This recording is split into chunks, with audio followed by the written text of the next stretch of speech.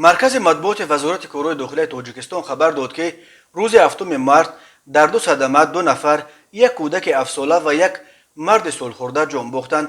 بنا به اطلاع وزارت کارهای داخلی، شب 7 مارس سال 2022 تخمینا ساعت 23:03 دقیقه راننده ماشین تمغه تویوتا کمری جهانگیر اعظمجان سال تولدش 1992 ساکن شهر ایسار هنگام حرکت در حدود شهر مذکور از عهده اداره واسطه نقلیات نبر آمده پیادهگرد رحیم فرجبالی سال تولدش 1947 ساکن شهر حصار را پخش نموده است.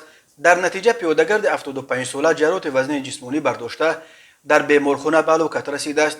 همچنین همان روز 7 مارس سال 2022 تخمینا ساعت 14:20 دقیقه راننده ماشین تمغه کماز یعقوبوف عبدالمومن سال تولدش 1981 ساکن پایتخت هنگام حرکت از سمت محله سامان به سمت محله جمتیپه در کوچه خنچین نویه سینای شهر دوشنبه از عهده اداره واسطه نقلیات نبر آمده دوچرخران نابالغ رشید محمد جان سال تولدش 2014 ساکن محله سامان را پخش نموده است. متاسفانه در نتیجه این حادثه ناخوش طفل 7 ساله جراحت وزن جسمانی برداشته در جای حادثه به هلاکت رسیده است.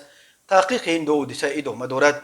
بنا به امور رسمی وزارت کارهای داخلی تاجیکستان سال 2021 بر اثر 1102 صدمه نقلیاتی در راههای این کشور 395 نفر به هلاکت رسیده، 1218 نفر جراحت جسمانی برداشتند. متاسفانه دهها تن از قربانیان این صدمه ها کودکانند.